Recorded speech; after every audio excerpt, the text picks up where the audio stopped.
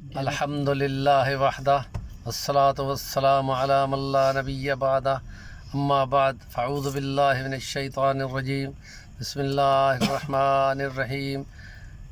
یا ایھا الذین آمنوا اذا نودی للصلاة من یوم الجمعہ فاسعوا الی ذکر اللہ وذروا البیع صدق اللہ العظیم۔ اے ایمان والو، جب تم کو جمعے کی نماز کے لیے پکارا جائے تو جلدی کیا کرو اور اللہ کی رحمت کی طرف اور مغفرت کی طرف دوڑ لگایا کرو۔ نبی کریم صلی اللہ علیہ وآلہ وسلم کی اس آیات کریمہ کی تشریح یہ ہے کہ جمعے والے دن ایام کا سردار دن ہے، اور عیسائیوں اور یہودیوں کا ہفتہ اور اتوار اس کے بعد آتے ہیں، یہ پہلے ہے، اور یہ وہی خاص دن ہے کہ جس کے دن اور رات میں کسی بندے کی بخشش ہوتی ہے اور اس پر قبر کا عذاب ہٹا دیا جاتا ہے، اور اس کی ایک گھڑی وہ ہے کہ جس میں جو دعا قبول کی جائے دعا قبول ہوتی ہے،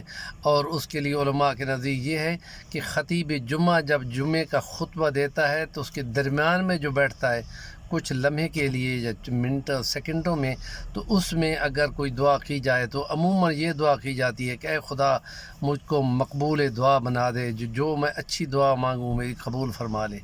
تو دوسری رائے یہ ہے کہ عصر کی نماز کے بعد ایک خاص ٹائم ہوتا ہے، اس میں اگر کچھ دیر وہیں رک کر بندہ کو دعا کرے،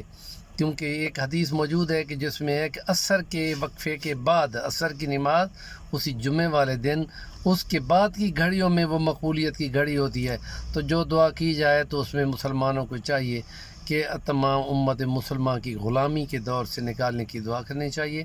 اور پاکستان کو غلامی سے نکالنے کی دعا کرنی چاہیے، اور اللہ پاک سے اس کے خزانوں کی تلاش کی اور کامیابی کی دعا کرنی چاہیے اور برکت کی دعا کرنی چاہیے، اور اپنے مال اولاد بال بچوں کے لیے بھی اور وسیع ذرائع کی کوشش کرنی چاہیے، دعا کرنی چاہیے، دعا قبول ہوتی ہے۔ اور بھی یہ دعا کرنی چاہیے اللہم اجعلنی من الذین هم مستجاب الدعوات، یہ دعا بار بار پڑھے، اور عصر کی نماز کے بعد اور وہ درود جو 80 بار پڑھنا ہے اسی جگہ پر بیٹھ کر وہ پڑھے اللہم صلی علی محمد النبی الامی وعلی آلہ وسلم تسلیما۔ مسند احمد میں ہے جس میں 40,000 سے اوپر حدیثیں، اس امام احمد بن حنبل کی وہ مشہور حدیث کا مجموعہ مسند احمد اس کو کہتے ہیں، اور اس میں یہ باقاعدہ روایت موجود ہے، اور یہ تقریباً ایک بار کا پڑھنا گویا کہ ایک سال کے برابر ہے، جس میں 365 دن ہوتے ہیں۔ یہ بہت برکت والی چیز ہے، یہ جمعہ مسلمانوں کے لیے گویا کہ اللہ کی طرف سے ایک تحفہ ہے، اور یہ ظہر کی نماز کے برابر پڑھا جاتا ہے، اور اگر سفر ہو تو اس میں جمعے کی رعایت کر دی گئی ہے، موسم بہت خراب ہو تو تب بھی رعایت کر دی گئی ہے، اور جنگ کا ماحول لگا ہوا ہو تو وہاں بھی آپ جہاں کہیں بھی ہوں آرام سے جمعے کی نماز پڑھ سکتے ہیں۔